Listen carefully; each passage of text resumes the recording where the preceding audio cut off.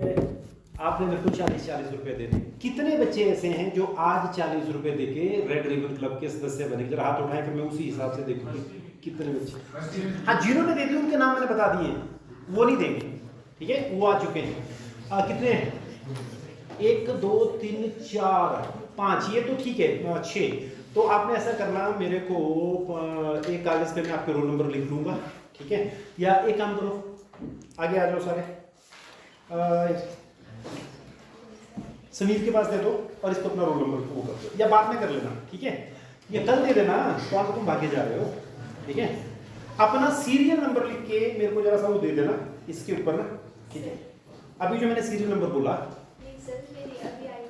Attendance नहीं है, कोई बात नहीं, कल कर लेंगे, कोई बात नहीं, ये कोई बड़ा इशू नहीं। लेकिन आज का टॉपिक थोड़ा सा अर्जेंट है, हो सकता है कि प्रिंसिपल साहब यहाँ आए, ठीक है? हम फर्स्ट डे की क्लास में भी जाए, फाइनल की क्लास में जाए, और अगर वो बिजी नहीं हुई तो हो सकता है यहाँ है, बट बिकॉज ही नोज के भी मैं दोनों क्लासेस में उनके साथ था, तो जो भी मैसेज उन्होंने देना वो मैं ही दे दूंगा, ठीक है?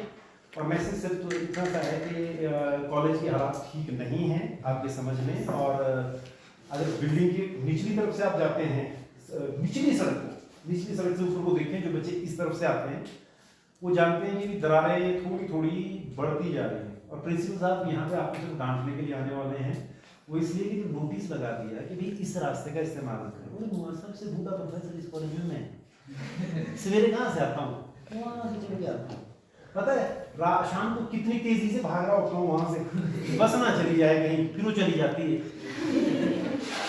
ऐसी पहाड़ी से मैं भी तो जा रहा हूँ बेटा। देखिए, आप इस चीज को ऐसे समझिए कि पीडब्ल्यूडी ने इस बिल्डिंग को लगभग अनसेफ डिक्लेयर किया है, और जो आपके बुजुर्ग यहाँ के हैं इस एरिया के, वो जानते हैं कैसे लड़ झगड़ के कितने सालों की लड़ाई के बाद यहाँ पे कॉलेज बना। ये कहीं और बनना था, फिर ये यहाँ पे बना, चलो बन गया।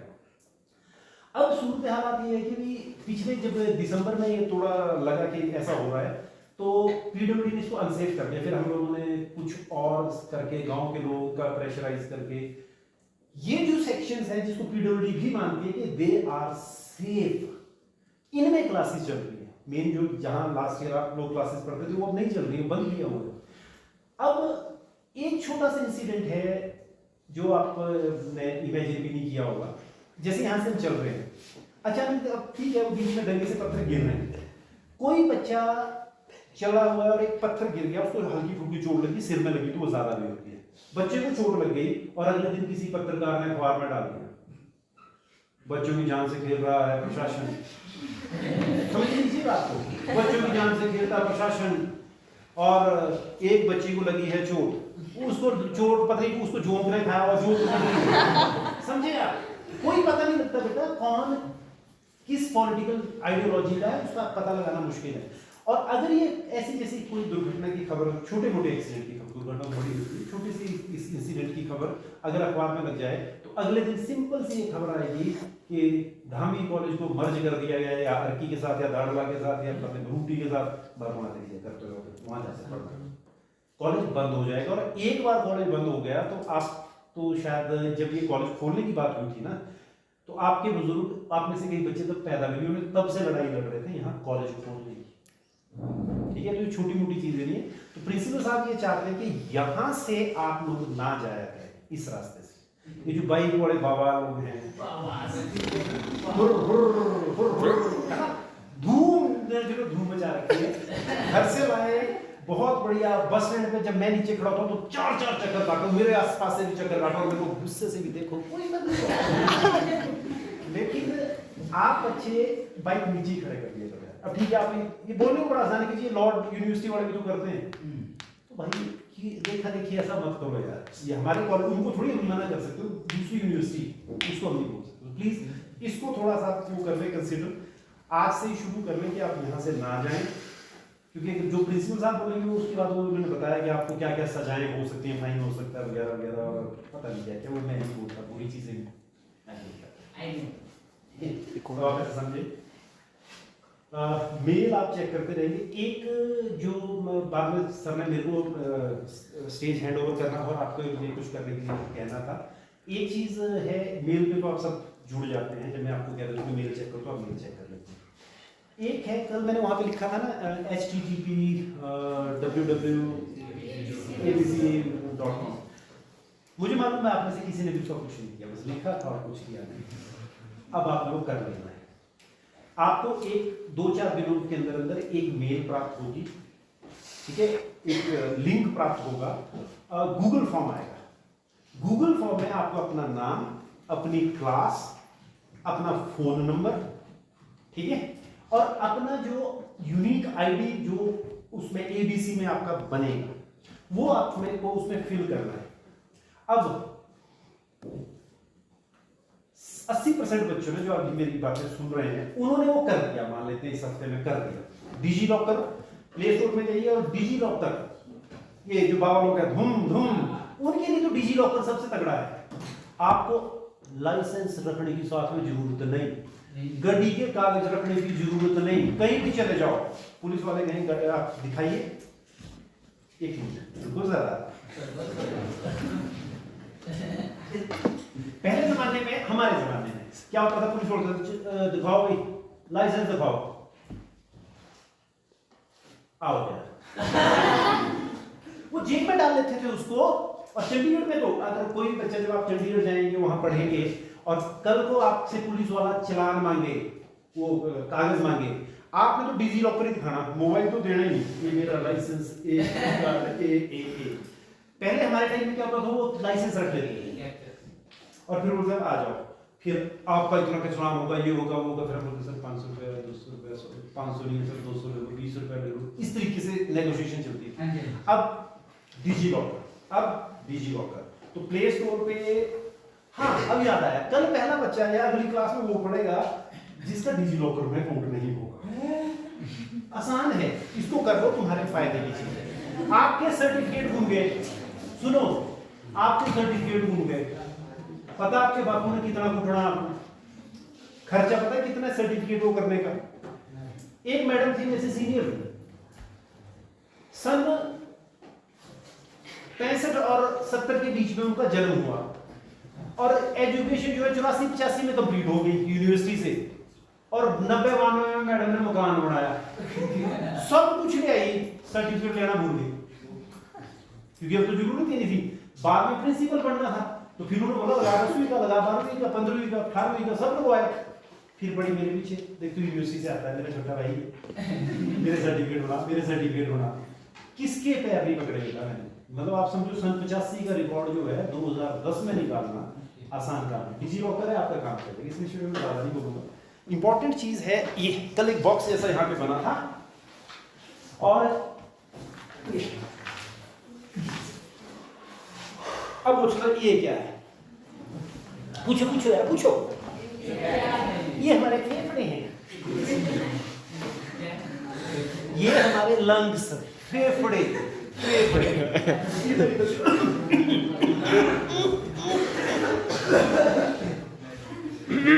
ये जो हो रहा है ना, ये सब फेफड़ों की वजह से हो रहा है, समझे ये बात। आप जरा सी चढ़ाई तरीके से चढ़ा जाते हैं, जो आइटम अंदर से आपको डराती है वो क्या है, आपके फेफड़े। ऐसा नहीं है, क्योंकि आपको पता होता है सांस चढ़ने, कई सूरमा जो करते हैं, वो ही करते रहते हैं, उनको लगता है पैदल चलने में तो लड़कियां वहां से तेज है, कहीं किसी लड़की ने चैलेंज कर दिया, चल आप ब्लॉक दे दौड़ लगा दे साथ, वो क्या काम आपका, ठीक है।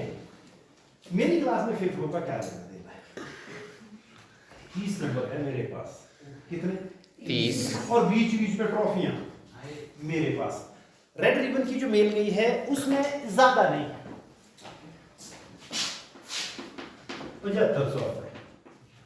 नो रिफ्रेशमेंट प्लीज, टाइम हो जाएगा चुपचाप चल जाना, मेरे को तरफ नहीं देखना, डिस्टर्ब ना किया कर, मेरे को जब तेरा दिल करे तेरे उठ के चल जाना, फ्री है। मैं रिफ्रेशमेंट नहीं देता जी। आप बोलेंगे सर जूस तो दे दो, अभी मान लेते हैं कि आज अगर मेरे को कुछ और काम जो मैंने अभी बताना है, अगर कल मैंने थोड़ा सा बता दिया होता तो इस टाइम आप लोग पोस्टर बना रहे होते, जैसे जैसे पोस्टर है आप लोगों ने इसको ऐसे बोलना था, ठीक है, और बस मैंने फोटो लेना था, और कल मनोज कुमार ने कराई डाला घाट में छोटी सी पार्टी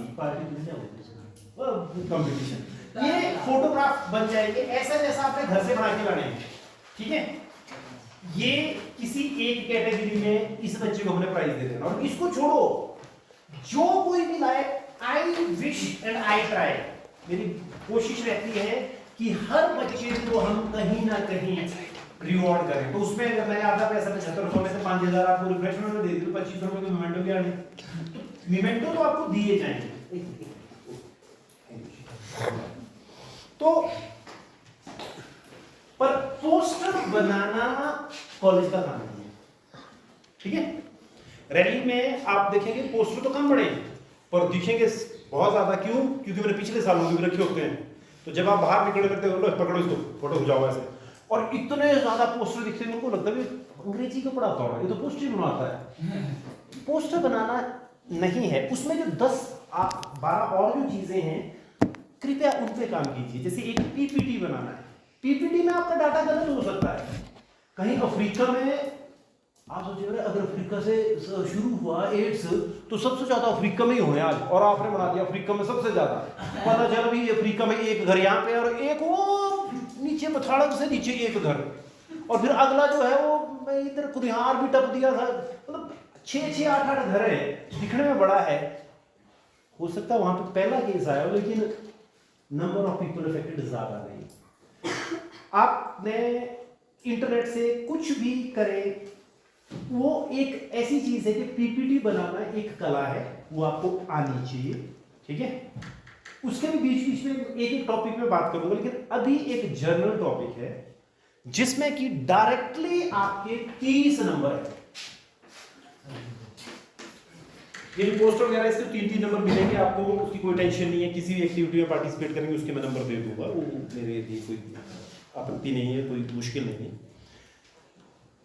सबसे इंपॉर्टेंट है आपका समाज के सामने खड़े होके बोलना, अपनी क्लास के सामने खड़े होके बोलना। अल्टीमेटली आज नहीं तो कल किसी ना किसी दिन आप एक छोटे से कमरे में, बड़े से कमरे में, एक व्यक्ति के सामने 8-10 लोगों के सामने बैठोगे, वो होगा आपका इंटरव्यू।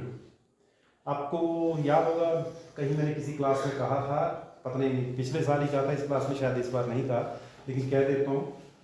मेरा निवेदन किया था बच्चों से कि घर जाएं, छोटे से कागज़ के ऊपर 10 सालों बाद आप क्या जॉब करना चाहते हैं वो लिखें और भगवान के फोटो के नीचे डाल दें।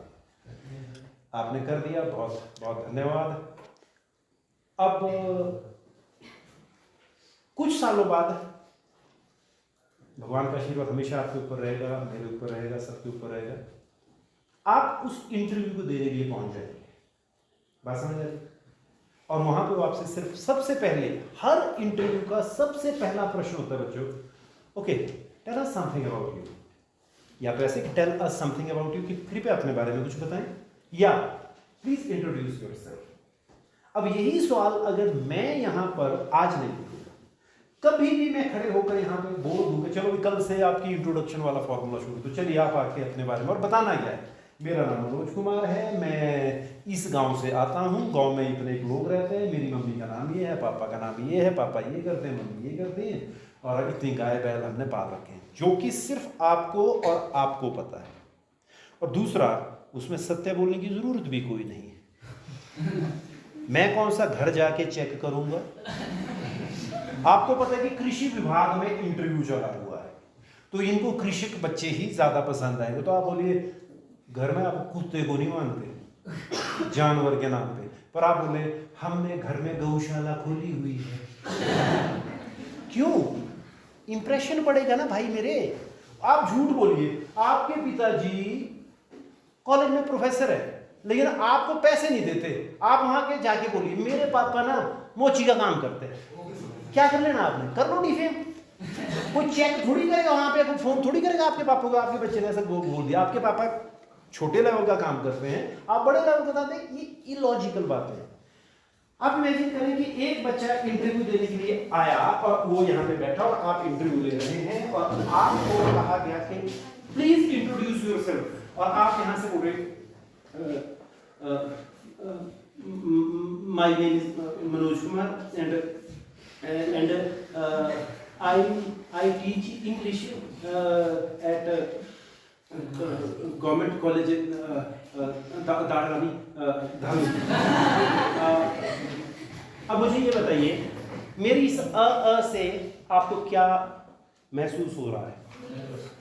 आपको ऐसा लग रहा है कि मैं सचमुच पढ़ाता हूँगा? ये जो अ है इसको छोड़ दीजिए। आपका इंटरव्यू प्यारे बच्चों, अगर आपको लगता है कि 40 मिनट चला, 30 मिनट चला, जी नहीं, आपका इंटरव्यू 30 सेकंड से कम चलता है। फिर आप बोलेंगे सर तो अंदर गाय को बिठा के रखते हो।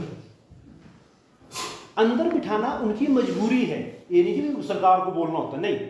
आपकी परफॉर्मेंस आपके पहले 2-3 सेंटेंसेस बता देते हैं कि आपको क्या आता है, इसको ध्यान से समझ लीजिए। उसके बाद क्या होता है, पहला बच्चा आया और हमने डिसाइड कर लिया, ओ यार एक्सीलेंट, जितनी चीजें हम जानना चाहते थे इस बच्चे को सारी आती, ले लो इसको। दूसरा तीसरा मेरे जैसा आया, उसने कुछ नहीं बोला।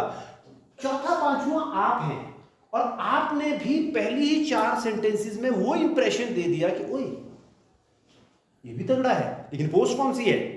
1। पोस्ट कितनी है? 1। अब कंपटीशन हो गया पहले बच्चे में और जो अब आप आए हैं आप में। तो उससे जो हमने 15 सवाल पूछे थे उनका डिफिकल्टी लेवल अलग था, वो 15 तो पूछेंगे ही और साथ में 1-2 और पूछेंगे, ये पता करने के लिए कि यार वो ज्यादा बढ़िया है ये ज्यादा बढ़िया, इसलिए इंटरव्यू ज्यादा चलता है। और बाकी कईयों को तो पहले से डिसाइड होता, माय नेम इज, अरे किसने बोला यार, तेरे को भी अंग्रेजी बोल ही रहे वहां पे, साढ़े पूरी उम्र थी यहाँ पे, तब तो चैटिंग में भी कहां से आती हो।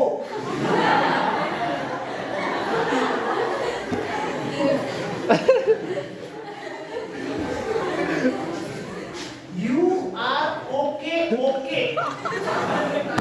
ये क्या है? ये कौन सी कंट्री की राजधानी की चीज है क्या ये? सर इंस्टाग्राम में सुन लो ध्यान से, अभी तुम्हारे पास टाइम है अपने अंदर वो एनर्जी, वो नॉलेज, वो एक्सपीरियंस गेन करने का जो इंटरव्यू के 30 सेकंड में आपको कंफर्म सेलेक्ट की लिस्ट में डाल दे।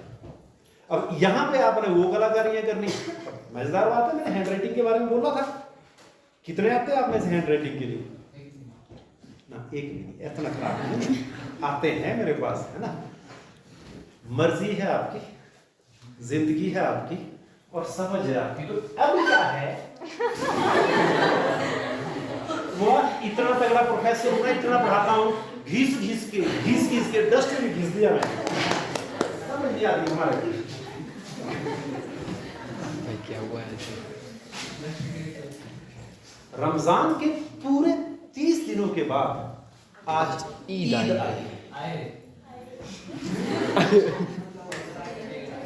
कंट्रोल। रमजान के पूरे, कितना मनोहर, कितना सुहावना प्रभात है।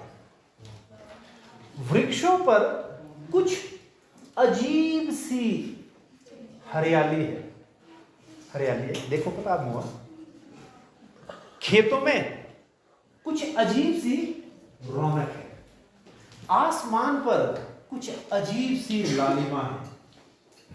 आज का सूरज तो देखो कितना प्यारा, कितना शीतल है, मानो संसार को ईद की बधाई दे रहा हो।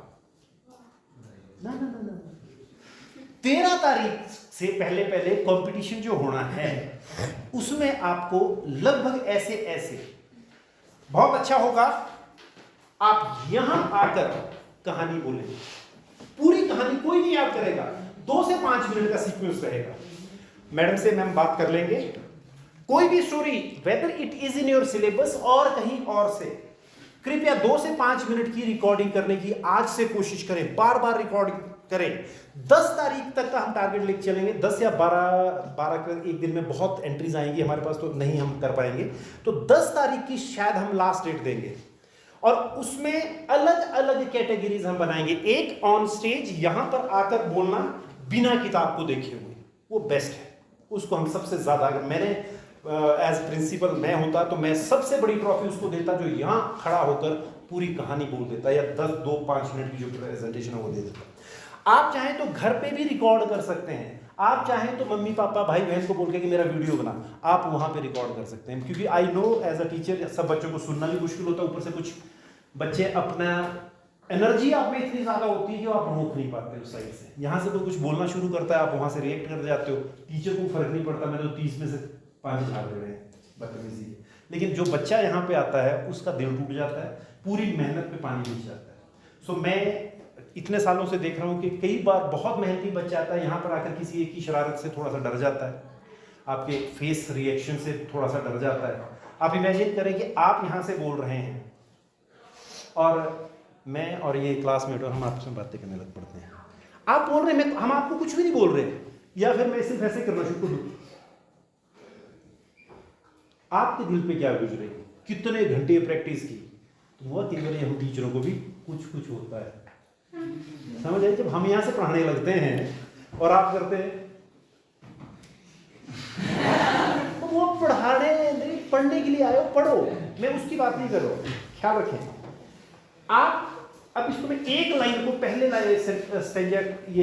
लाइन को एक्सप्लेन करने की कोशिश करता हूँ। ये इसके तो मैं मजे लेता हूँ ना, इसको तो मैं मार मार के बंदा बना दूँ। तो सुनिए, लाइन क्या है? पहला अक्षर क्या है जी? रमजान के पूरे 30 दिनों के बाद आज ईद आई है। रमजान के पूरे 30 दिनों के बाद आज ईद आई है। अब मैं इसको 2-3 अंदाज में बोलने की कोशिश करता हूँ और समझिए कि आपसे हम क्या नोटिस करेंगे। प्रत्येक लाइन में एक मुख्य शब्द होता है, अगर आप उसको मुख्य नहीं बनाते हो तो फिर कहानी उल्टी पड़ जाती है। रमजान के पूरे 30 दिनों के बाद आज ईद आई है। क्लियर होगी बात? अब दोबारा सुनिए, रमजान के पूरे 30 दिनों के बाद आज ईद आई है। ये अलग हो गया, ठीक है? रमजान के पूरे 30 दिनों के बाद आज ईद आई है। अब समझ ले मैं क्या कर रहा हूं, यही आप भी करते हैं। कहानी आगे चलकर कहती है, रोज ईद का नाम रटते थे और आज ईद आ गई। अब जल्दी पड़ी है कि क्यों लोग ईदगाह नहीं जाते। इस पूरी जो सेंटेंस है लास्ट वाला, अब जल्दी पड़ी है कि क्यों लोग ईदगाह नहीं जाते, इस पूरे मत करना चाहिए, ठीक है? तो हवा से मेरी बातें उड़ जाएंगी। इस सेंटेंस में इंपॉर्टेंट है उन बच्चों के लिए क्यों नहीं चल रहे यार, क्यों नहीं चल रहे, बात समझ आ रही है? और एक क्लास लगाएंगे हम 2:20 से 3 बजे तक। वैसे मेरी इसके बाद एक क्लास है 2:20 से, और 3 दिन होती है, 3 दिन संतोष सर की होती है। तो हम लोग जैसे तैसे उसको, चाहे हमको 3 पीरियड पढ़ाने पड़े, साथ में 4 पढ़ाने पड़े, हम उनको आगे ले जा रहे हैं। इनकी जो 2:20 पे क्लास होती थी वो मैंने उधर को खींच ली है। फाइनल वालों की भी एक क्लास है, उनको भी हम पहले एडजस्ट कर लेंगे, सुबह एडजस्ट कर लेंगे। 2:20 पे ये जो मैं अभी कर रहा हूँ, इस चीज की प्रैक्टिस की क्लास लगेगी। एक चीज होती है थिएटर, वो थिएटर की क्लास नहीं है, बट ये कहा जाता है कि रीडिंग, राइटिंग, लिसनिंग, स्पीकिंग, जो कभी लिखा था, किसी भी लैंग्वेज डिपार्टमेंट में ये 4 चीजें आपको सिखानी होती हैं। तो कविता आपको पढ़ना सिखाती है, ठीक है? नॉवल कुछ और सिखाती है, कविता शायद आपको सुनना भी सिखाती है, ठीक है? एक कविता की कोई 4 पंक्तियां अगर कोई यहां से कहे तो आप बड़े ध्यान से उसको सुनते हैं, बोलने की थोड़ा बहुत सिखाती है। बट ओवरऑल अगर मैं आपको कहूं, drama, theatre is one industry, बाकी जितने भी सब्जेक्ट हैं वो एक चीज को सिखाते हैं, एक चीज को। कोई आपके सुनने की शक्ति को बढ़ाता है, कोई बोलने की शक्ति को। ड्रामा ऑल इन वन, ठीक है? कॉलेज की तरफ से ड्रामा जाए ना जाए इज नॉट इंपॉर्टेंट। कहानीकार बड़ा जबरदस्त होता है, वो कहानी के अंदर ही, ये तुम एमबीडी में पढ़ते हो ना, बड़ा दुख होता है। अरे एमबीडी में ऐसे नलायक लोग एमबीडी लिखते हैं, ऐसे बेहुदे तरीके से लिखते हैं और तभी आपके नंबर कम आते हैं। कहानी जब अपने आप चलती है तो एक के बाद एक सिस्टम, एक के बाद एक सिस्टम। देखिए रमजान के पूरे 30 दिनों के बाद आज ईद आई है।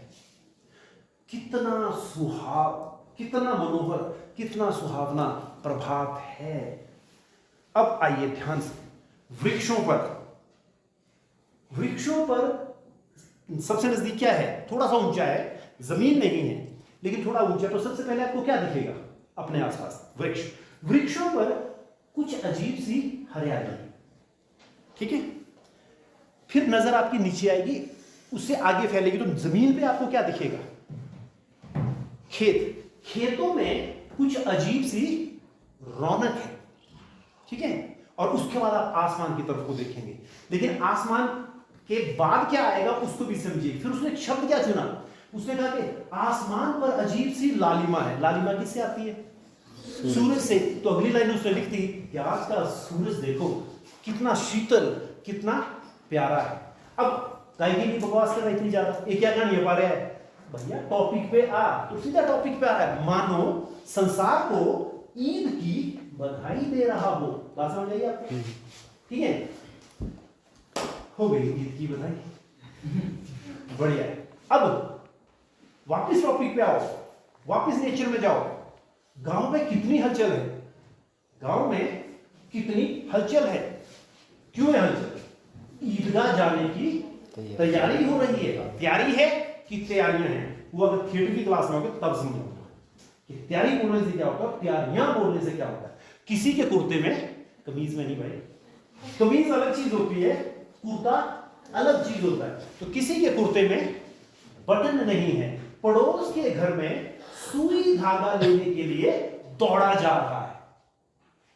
किसी के जूते कड़े हो गए हैं, उनमें तेल लगाने के लिए तेली के घर पहले क्या था? दौड़ा जा रहा है। अब क्या कह रहा है? भागा जाता है। जल्दी जल्दी बैलों को सानी पानी दे दे। पानी सानी नहीं, सानी पानी। अब कहने को आप बोलोगे बड़ा नाम सुनते थे मुंशी प्रेमचंद का, पानी सानी जो साले ने क्या लिखा? सानी पानी। ओ महाराज जल्दी है, जल्दी है। उस जल्दी को दिखाने के लिए लेखक ने पानी सानी की जगह क्या कह दिया? जल्दी जल्दी बैलों को सानी पानी दे दे। दोपहर से पहले लौटना, लौटते लौटते दोपहर हो जाएगी। लौटते लौटते दोपहर हो जाएगी। क्या दोपहर हो जाएगी? 2 कोस का पैदल रास्ता, फिर सैकड़ों आदमियों से मिलना भेंटना। दोपहर से पहले लौटना असंभव है। लड़कों की बात हो गई, ईदगाह जाना था पता चल गया। अब सुनिए, लड़के सबसे अधिक खुश हैं। लड़के, लड़के नहीं बोला उसने, लड़के ही बोला। लड़के सबसे अधिक क्या है? खुश हैं। किसी ने एक रोजा रखा है, किसी ने एक रोजा रखा है, वो भी दोपहर तक, और किसी ने वो भी नहीं। लेकिन ईदगाह जाने की खुशी इनके हिस्से की चीज है। ना समझे? अब फिर बच्चों से वापस कैसा है? रोजे बड़े बूढ़ों के लिए होंगे, इनके लिए तो बस ईद है। रोज ईद का नाम सुनते थे, आज वो ईद आ गई। अब जल्दी पड़ी है कि लोग ईदगाह क्यों नहीं जाते? ठीक है, क्यों नहीं चलते? अब यहां तक हो गई बात, ठीक है। अब आगे क्या है कहानी में? कनेक्शन है, कनेक्शन है, कनेक्शन है। आप पूरी कहानी का कोई एक सेगमेंट उठा लीजिए, इसके बाद अमीना का केस आएगा कि इसका पापा जो है, हमीद का पिता जो है ऐसे गुजर गया, ये हुआ वो हुआ सो हुआ। तो इसमें जहां वो कहता है कि उनकी जेबों में तो कुबेर का खजाना भरा पड़ा है, महमूद गिनता है 1 2 8 10, उसके पास नहीं 10 12, 1 2 10 12, महमूद के पास 12 पैसे हैं। मोहसिन गिनता है 1 2 3 8 9 15। तो जब हम थिएटर की क्लास में हम जाते हुए, पहले किसने पढ़ना था? कौन था पहले? सर मोहसिन। चपेट मार के देख इसको, पहले महमूद था। कितना क्या था? महमूद कितने पैसे थे उसके पास?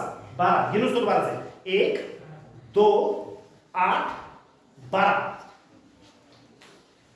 समझ रहे हैं 8 12 नहीं है 10 12 1 2 10 12 मौसी ने क्या बोला एक आदमी कैसे ट्रेनिंग देते हैं थिएटर में नानी याद करवाते हैं बट उसकी टेंशन मत लीजिए इससे पहले जो मैंने किया ऐसा जैसा टुकड़ा घर में जाइए रिकॉर्ड कीजिए फिर सुनिए और अगर आपको पसंद ना आए तो डिलीट कीजिए 10 तारीख तक बार बार कीजिए 10 तारीख तक बार बार कीजिए प्राइजेस इससे बड़े ही होंगे ठीक है जी कल परसों बात करेंगे आज के लिए धन्यवाद